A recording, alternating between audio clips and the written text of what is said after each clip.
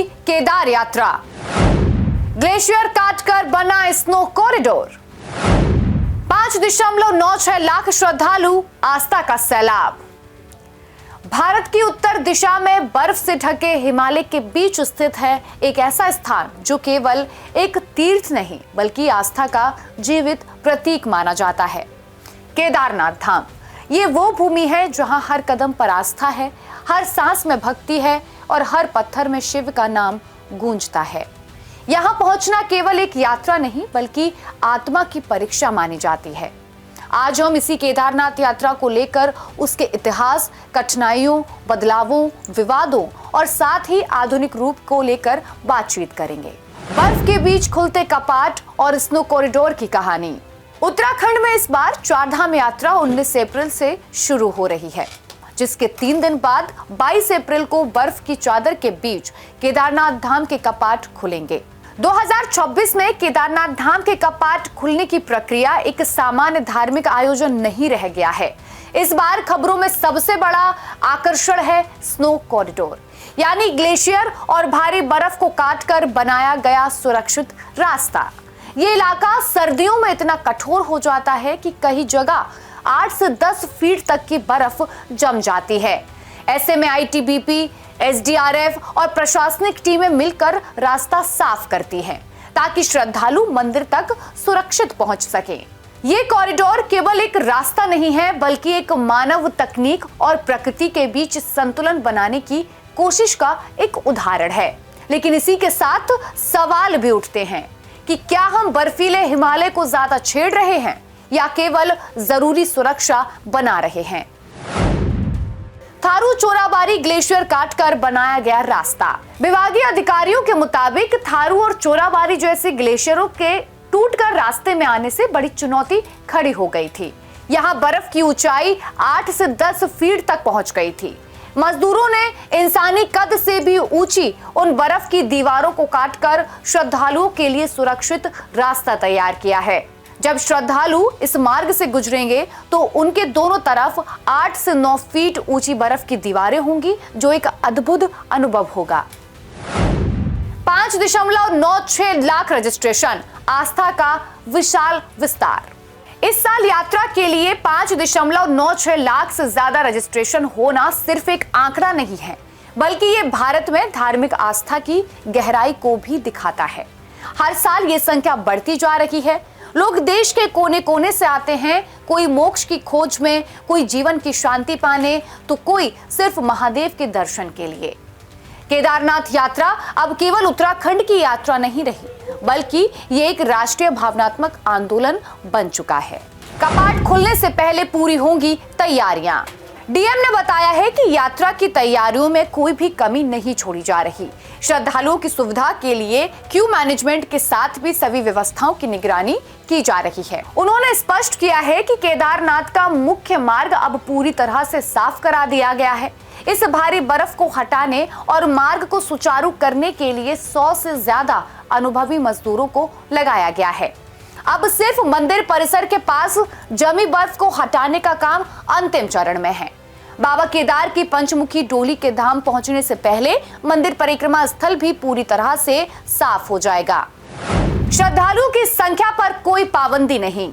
अक्सर भारी बर्फबारी के बाद ये अफवाह उड़ने लगती है कि शुरुआती दिनों में यात्रियों की संख्या सीमित कर दी जाएगी, लेकिन प्रशासन ने इन अटकलों पर भी अब विराम लगा दिया है। प्रशासन की तरफ से स्पष्ट किया गया है कि दर्शन के लिए श्रद्धालुओं की संख्या कोई तय नहीं की गई है।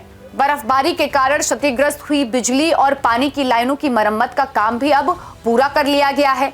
धाम में बिजली पानी की सुचारू आपूर्ति शुरू हो चुकी है।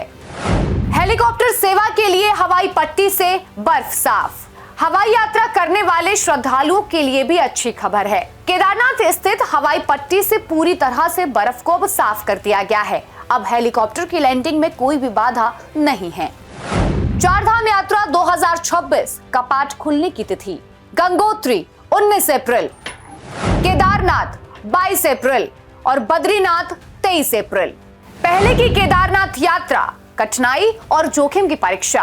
अगर हम 2013 से पहले की यात्रा को देखें तो वो आज के मुकाबले कहीं ज्यादा कठिन थी। उत्तराखंड बाढ़ ने इस क्षेत्र को पूरी तरीके से बदल कर रख दिया। गौरीकुंड से लगभग 14 से 16 किलोमीटर का ट्रैक पूरी तरह से पैदल होता था।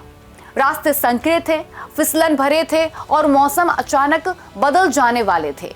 बारिश या भूस्खलन का कोई भी भरोसा नहीं होता था। कई बार श्रद्धालु घंटों, कभी कभी दिनों तक रास्ते में फंसे रह जाते थे। रहने और खाने की सुविधाएं भी सीमित थी। मेडिकल इमरजेंसी की स्थिति में मदद समय पर मिलना मुश्किल था। मोबाइल नेटवर्क ना के बराबर था, जिससे संपर्क टूट जाता था। उस समय यात्रा वास्तव में एक आस्था की परीक्षा थी, जहां डर और विश्वास साथ साथ चलते थे। 2013 के बाद बदलाव, पुनर्निर्माण और नया केदारनाथ। 2013 की आपदा के बाद केदारनाथ पूरी तरह से बदल गया। सरकार और प्रशासन ने इसे पुनर्निर्माण का एक बड़ा मॉडल बनाया। खासकर नरेंद्र मोदी के नेतृत्व में इसे एक पुनर्जन्म परियोजना की तरह देखा गया। अब ट्रैक पहले से चौड़े और सुरक्षित हैं। रास्तों पर रेलिंग, पत्थर की मजबूत सीढ़ियां और विश्राम स्थल बनाए गए हैं। हेलीकॉप्टर सेवाएं भी अब शुरू हो चुकी हैं, जिससे बुजुर्ग और असमर्थ यात्री भी आसानी से केदारनाथ धाम पहुंच सकते हैं। टेंट सिटी, गेस्ट हाउस और भोजन की सुविधाएं भी बेहतर हुई हैं। मेडिकल कैंप, ऑक्सीजन सपोर्ट और आपदा प्रबंधन सिस्टम को भी मजबूत कर दिया गया है। डिजिटल रजिस्ट्रेशन और ट्रैकिंग सिस्टम ने यात्रा को नियंत्रित और सुरक्षित बना दिया है। राजनीति और केदारनाथ यात्रा, विकास बनाम विवाद। केदारनाथ सिर्फ धार्मिक स्थल नहीं रहा, अब ये राजनीतिक चर्चा का केंद्र भी बन चुका है। हर विकास कार्य को अलग अलग नजरिए से देखा जाता है। एक पक्ष कहता है कि ये क्षेत्र अब पहले से ज्यादा सुरक्षित और विकसित हुआ है।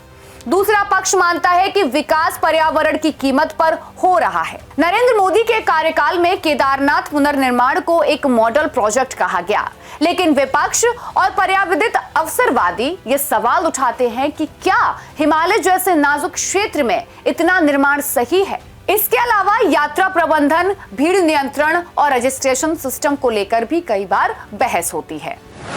पर्यावरणीय खतरे और भविष्य की चुनौती।